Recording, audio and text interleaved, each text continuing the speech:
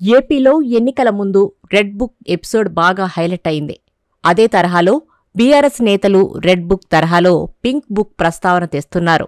అధికార పార్టీ నేతల ఆగడాలను, అక్రమ కేసులు పెడుతున్న వారి పేర్లను ఖమ్మం జిల్లాలో పింక్ బుక్లో నమోదు చేస్తున్నామంటూ కార్యకర్తలకు భరోసా కల్పించబోయి మాజీ మంత్రి భంగపడ్డారనే వాదన బలంగా వినిపిస్తోంది.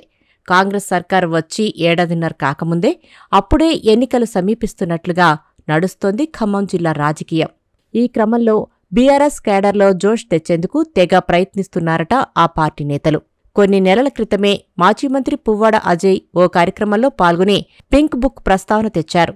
బీఆర్ఎస్ కార్యకర్తలపై పెట్టే ప్రతి అక్రమ కేసు గురించి పింక్ బుక్లో రాసుకుంటున్నామని చెప్పారు. అయితే ఈ పింక్ బుక్ వ్యవహారం ఎంతవరకు వచ్చిందంటూ జిల్లా పర్యటనకు వచ్చిన ఎమ్మెల్సీ కవిత ఆరా తీశారట. దాంతో గులాబీ పార్టీ నేతలు ఏం సమాధానం చెప్పాలో తెలియక గమ్మునుండిపోయారట. ఎందుకని పింక్ బుక్ మెయింటైన్ చేయట్లేదని కవిత ఆగ్రహం కూడా వ్యక్తం చేశారట. గులాబీ శ్రేణులకు బాసటగా నిలిచే పింక్ బుక్ని ముందుకు తీసుకువెళ్లే ప్రయత్నాలు ఎందుకు సాగడం లేదని కాస్త గట్టిగానే క్లాస్ తీసుకున్నారనే చర్చ సాగుతోంది. ఏపీలో జగన్ ప్రభుత్వం, అప్పటి ప్రతిపక్ష టీడీపీ నేతలపై ప్రభుత్వం దాడులు చేస్తుందని, అక్రమ అరెస్టులకు పాల్పడుతోందని ఆరోపించారు నారా లోకేష్. అలా వైసీపీ సర్కార్ అక్రమాలను రెడ్ బుక్లో నోట్ చేసుకుంటున్నామని, అధికారంలోకి వచ్చాక వడ్డీతో సహా చెల్లిస్తామని ప్రకటించడం అప్పట్లో ఏపీ రాజకీయాల్లో సంచలనంగా మారింది.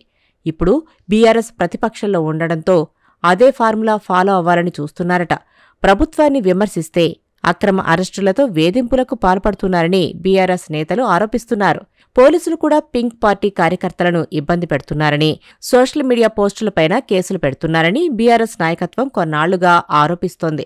ఈ క్రమంలోనే పువ్వాడ అజయ్ కార్యకర్తలపై నమోదవుతున్న అక్రమ కేసులపై స్పందించారట. అన్నీ పింక్ బుక్లో నోట్ చేస్తున్నామని, అధికారంలోకి వచ్చాక అందరి లెక్కలు తేలుస్తామని హెచ్చరించారు. అయితే అజయ్ దంచిన భారీ డైలాగులకు గ్రౌండ్ రియాలిటీకి అస్సలు పొంతనే లేదంటున్నారు. పెన్నులో ఇంకు లేదా, లేక బుక్కుల్లో పేర్లు రాసేవాళ్లే లేరా అనే టాక్ వినిపిస్తోంది. కొద్ది నెలల క్రితం బీఆర్ఎస్ నేతల చేతుల్లో ఎప్పుడూ పింక్ బుక్ ఉండాలని, నిత్యం సమస్యల పరిష్కారం కోసం పోరాడాలని పువ్వాడ అజయ్ పార్టీ నేతలకు దిశానిర్దేశం చేశారు. కానీ ఖమ్మంలో ఇప్పుడున్న రాజకీయ పరిస్థితుల్లో బీఆర్ఎస్ నేతలు, కార్యకర్తలెవ్వరూ పార్టీ కార్యక్రమాల్లో పెద్దగా పాల్గొనకపోవడమే చర్చనీయాంశంగా మారింది. అంతేకాదు అజయ్తో కూడా అంటి ముట్టినట్లుగా వ్యవహరిస్తున్నారట.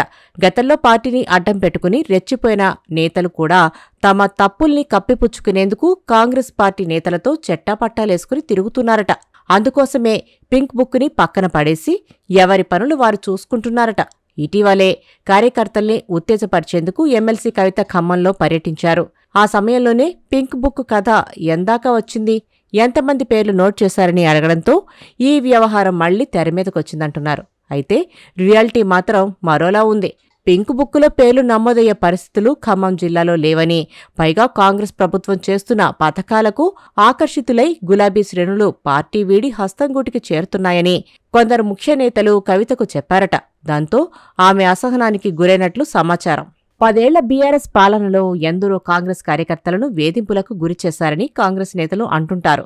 అయితే ఖమ్మం జిల్లాలో ఆ సంస్కృతికి మంత్రులు బృందం స్వస్తి చెప్పిందనే చర్చ కాంగ్రెస్ వర్గాల్లో సాగుతోంది.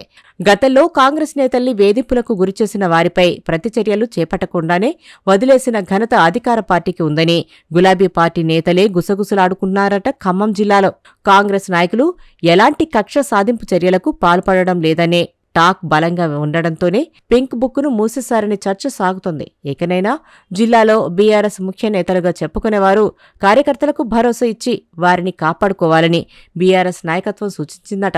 ప్రభుత్వం నుంచి ఏమైనా ఇబ్బందులు తలెత్తితే బహిరంగంగానే నిరసనలు తెలియజేయాలని ఎమ్మెల్సీ కవిత సుతిమెత్తగా హెచ్చరించారట.